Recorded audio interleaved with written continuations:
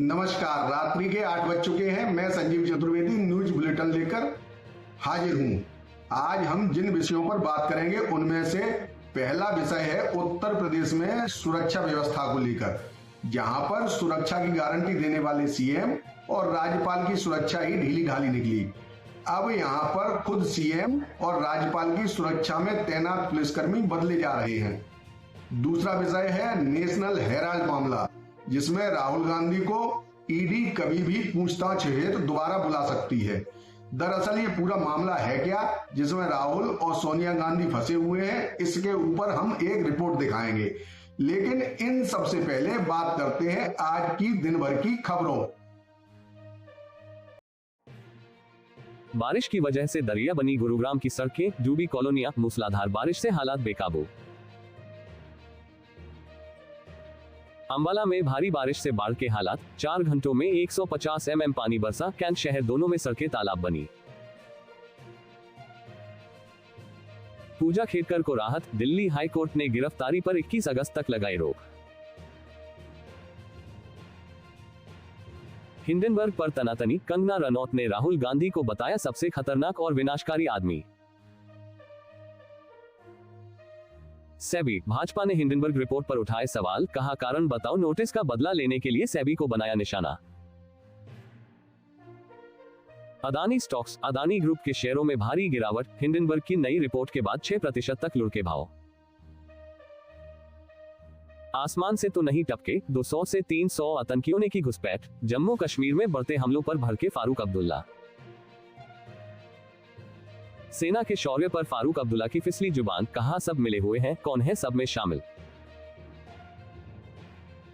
बिहार, जहानाबाद के सिद्धेश्वर नाथ मंदिर में भगदड़, 7 लोगों की मौत, कई घायल। गीता जलाई, गर्भगृह को लूटा। बांग्लादेश में हिंसक भीड़ ने जलाया इस्कॉन मंदिर, विश्व भर में हो रहा विरोध। हिंदुओं का सब्र टूटा तो जागी बांग्लादेश सरकार, सुरक्षा का दिया भरोसा, इससे तो बर्बाद हो जाएगा देश, यूसुफ ने जताया डर। बांग्लादेश वायलेंस, बांग्लादेशी हिंदू छात्रों से मुलाकात करेंगे मोहम्मद यूनुस, हालात बदलने के आसार। सरकार बनते ही हो गए मोहम्मद यूनुस के सारे जुर्म माफ, 13 सहयोगियों से भी हटे केस, ये है बांग्लादेश का सिस्टम। भारत के सामने पाकिस्तान के सरेंडर को दिखाती मूर्ति को तोड़ा, बांग्लादेश में जारी है बवाल। आप नेता मनीष सिसोदिया के जेल से बाहर आते ही एक्शन में दिखे कार्यकर्ता, 14 अगस्त से दिल्ली में करेंगे पदयात्रा। हम आपको अंदर नहीं ले जा सकते, बॉर्डर पर बांग्लादेश से आए लोगों को समझाते दिखा बीएसएफ का जवान। अनंतनाग में आतंकियों से मुठभेड़ में बिहार के दीपक शहीद, हिमाचल के प्रवीण ने भी दिया बलिदान। चीन, अमेरिका नहीं आएगा काम, एस जयशंकर ने मालदीव जाकर बांग्लादेश को भी दिया बड़ा संदेश। Excise policy case, Arvind Kejriwal ने खटखटाया सुप्रीम कोर्ट का दरवाजा, जमानत के लिए दायर की याचिका। जयपुर में बारिश से सड़क पर गड्ढे, नाले ओवरफ्लो, सीजन में दूसरी बार सबसे ज्यादा बरसात, द्रव्यवती नदी ओवरफ्लो। बिहार विधायक के सरकारी आवास में घुसा पानी, भारी बारिश से राजधानी पटना का बुरा हाल।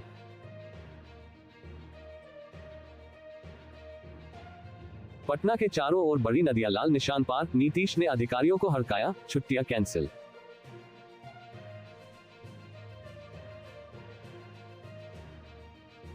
काल बनकर आई बारिश, देश के अलग अलग हिस्सों में 28 की मौत, पंजाब में गाड़ी के साथ 9 लोग बहे। रत्ती भर सच्चाई नहीं, कांग्रेस के नेहरू को आरक्षण का श्रेय देने पर बोली Mayawati. National Herald case, Rahul Gandhi को ईडी भेज सकता है समन, एक बार फिर हो सकती है पूछताछ। अमेरिकी रक्षा सचिव से इजरायल के रक्षा मंत्री ने की बात, कहा बड़े हमले की तैयारी कर रहा है ईरान।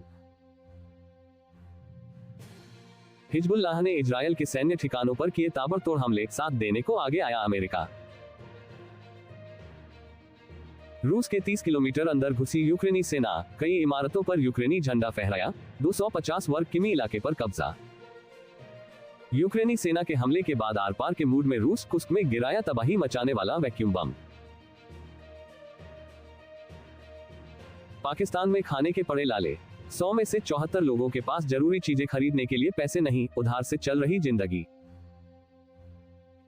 यूरोप के सबसे बड़े परमाणु पावर प्लांट में लगी आग, कौन जिम्मेदार?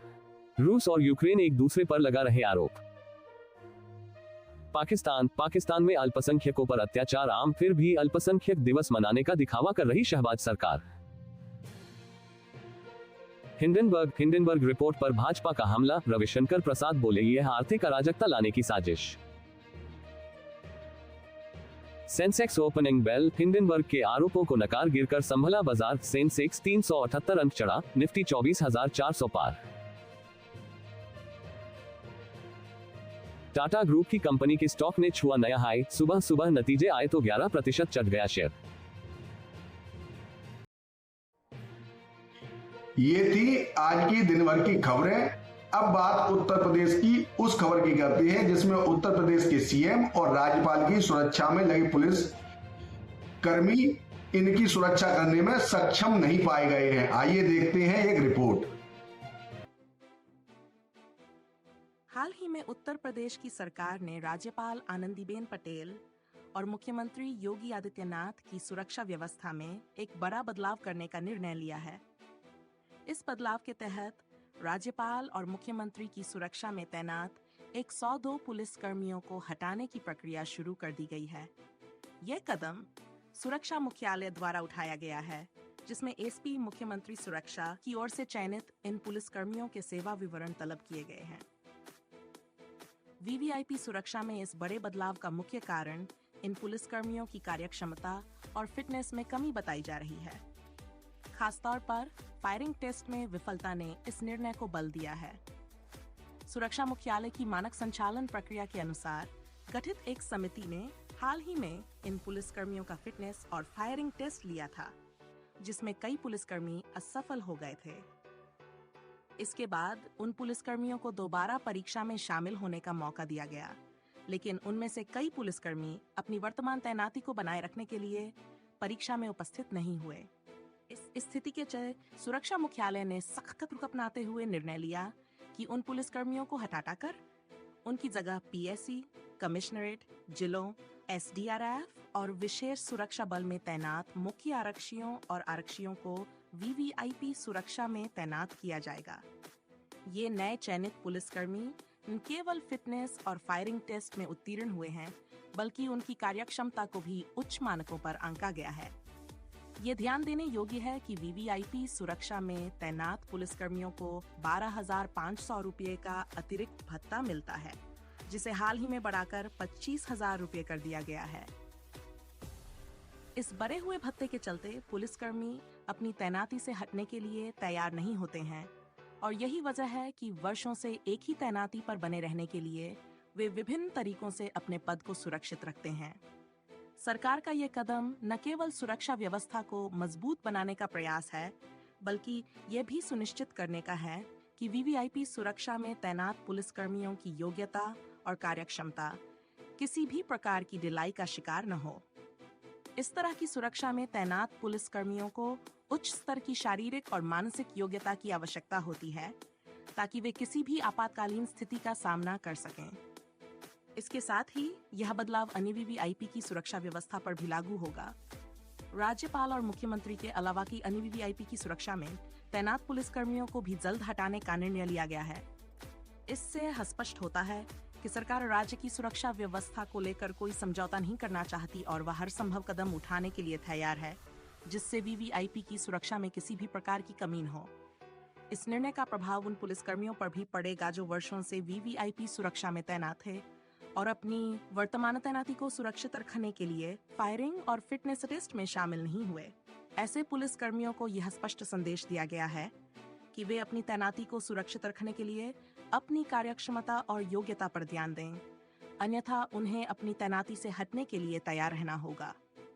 सरकार के इस निर्णय के पीछे एक स्पष्ट उद्देश्य यह है कि वीवीआईपी सुरक्षा में तैनात हर पुलिसकर्मी न केवल अपने कर्तव्यों का निर्वहन करता रहे, बल्कि वह सुरक्षा मानकों के उच्चतम स्तर पर भी खरा उतरे। इस निर्णय से यह उम्मीद की जा सकती है कि आने वाले समय में वीवीआईपी सुरक्षा व्यवस्था और अधिक मजबूत और प्रभावी होगी, जिससे राज्य के उच्च पदस्थ अधिकारियों की सुरक्षा सुनिश्चित हो सकेगी। अब आपको लेकर चलते हैं अपनी दूसरी रिपोर्ट की ओर, जिसमें गांधी परिवार बुरी तरह फंसा हुआ है। राहुल गांधी को पूछताछ के लिए प्रवर्तन निदेशालय एक बार फिर से बुला सकता है। आखिर ये नेशनल हेराल्ड मामला है क्या, इसको इस रिपोर्ट के द्वारा हम आपको समझाने की कोशिश करते हैं। और ये आप लोगों के लिए पत्रकारों को थोड़ा दिलचस्पी होना चाहिए। इसमें क्या है कि 1938 में जवाहरलाल नेहरू ने एक कंपनी बनाई, नाम था एसोसिएटेड जर्नल्स लिमिटेड, और उन्होंने दो अखबारों को चलाया उसके जरिए। एक था नेशनल हेरल्ड, नाम सुना होगा, जो लोग आप बहुत नौजवान हैं नहीं सुना होगा, बट थोड़े उम्र के लोग तो निश्चित जानते हैं, नेशनल हेरल्ड। और दूसरा है उर्दू में कौमी आवाज। अब दोनों नहीं चल रहे हैं, लेकिन आजादी प्राप्त करने के बाद ये जो ऑफिस है Herald house, 5A Bahadur Shah Zafar मार्ग, यहां टाइम्स ऑफ इंडिया भी है, इंडियन एक्सप्रेस भी था, पता नहीं है कि नहीं, अनेक अखबारों में है। सबको स्पेशल अलॉटमेंट कंसेशनल बेसिस पर अलॉट करके आज वो नेशनल हेरल्ड हाउस का कीमत है 600 करोड़। बहुत सेंट्रल जगह में है, इनकम टैक्स के ऑफिस के बगल में एक्सेट्रा। तो ये पहला देखो पेज 14 में एसोसिएटेड जर्नल्स लिमिटेड मिल गया। नहीं, that is different page. Page 18 sorry ना, क्या है ये 26 फरवरी 2011 का रेजोल्यूशन है, उसका एक संक्षिप्त में दिया है। कौन दिया है? मोतीलाल वोरा, नाम सुना होगा, है कोषाध्यक्ष ऑफ कांग्रेस पार्टी, और इसका भी chairman of Associated Journals.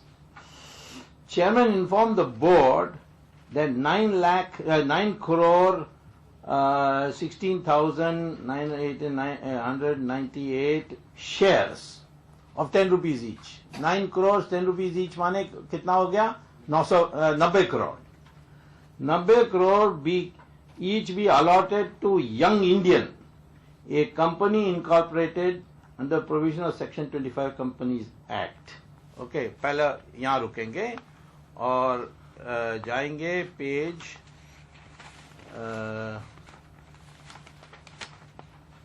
What is the last page of that, this one. National Herald case एक ऐसा मामला है जिसने भारतीय राजनीति में गहरा प्रभाव डाला है और गांधी परिवार को केंद्र में रखा है। इस केस की जड़ें नेशनल हेराल्ड नामक अखबार से जुड़ी है, जिसकी स्थापना पंडित जवाहरलाल नेहरू ने 1937 में की थी। यह अखबार एसोसिएटेड जर्नल्स लिमिटेड (AJL) द्वारा संचालित होता था और इसका मकसद भारतीय स्वतंत्रता संग्राम के दौरान लोगों को जागरूक करना था। स्वतंत्रता के बाद AJL ने नेशनल हेराल्ड सहित अन्य अखबारों का प्रकाशन जारी रखा, लेकिन आर्थिक समस्याओं के कारण 2008 में इसे बंद कर दिया गया। इसके बाद कांग्रेस पार्टी ने AJL को बचाने के लिए उसे करीब 90 करोड़ रुपए का इनाम दिया। इस मामले में विवाद तब शुरू हुआ जब 2010 में यंग इंडियन प्राइवेट लिमिटेड नामक एक कंपनी का गठन हुआ, जिसमें सोनिया गांधी और राहुल गांधी की 87% हिस्सेदारी थी। इस कंपनी ने AJL के 90 करोड़ रुपए के अंक के बदले में उसकी संपत्तियों का नियंत्रण हासिल कर लिया। सुब्रमण्यम स्वामी, जो भारतीय जनता पार्टी भाजपा के नेता हैं, ने इस सौदे को अवैध और धोखाधड़ी करार दिया और 2012 में अदालत में एक याचिका दायर की। स्वामी का आरोप था कि गांधी परिवार ने अपने राजनीतिक प्रभाव का दुरुपयोग करके AJL की संपत्तियों को बेदम कीमत में हड़प लिया। उनका दावा था कि यंग इंडियन के माध्यम से एजेएल की संपत्तियों को कब्जे में लेना एक साजिश थी और इसमें भ्रष्टाचार और वित्तीय अनियमितता का खेल हुआ है। इस मामले में उन्होंने सोनिया गांधी, राहुल गांधी और अन्य कांग्रेस नेताओं के खिलाफ कानूनी कार्रवाई की मांग की। जब यह मामला अदालत में पहुंचा, तो सोनिया गांधी और राहुल गांधी ने इसे राजनीतिक प्रतिशोध करार दिया और कहा कि यह एक साफ सुथरा व्यापारिक सौदा था। उन्होंने आरोपों को खारिज करते हुए कहा कि यंग इंडियन एक गैर लाभकारी संगठन है, जिसका उद्देश्य नेशनल हेराल्ड को पुनर्जीवित करना था। अदालत ने इस मामले में 2014 में सोनिया गांधी, राहुल गांधी और अन्य आरोपियों को समन भेजा। गांधी परिवार ने अदालत में पेश होकर अपनी सफाई दी और इस मामले को राजनीतिक साजिश करार दिया। नेशनल हेराल्ड केस ने कांग्रेस पार्टी और गांधी परिवार के खिलाफ राजनीतिक माहौल को गर्मा दिया। भाजपा ने इस मामले को जोर शोर से उठाया और कांग्रेस पर भ्रष्टाचार के आरोप लगाए। इस मामले ने 2014 के आम चुनावों में भी बड़ा मुद्दा बना, जिसमें भाजपा ने भारी जीत हासिल की और नरेंद्र मोदी प्रधानमंत्री बने।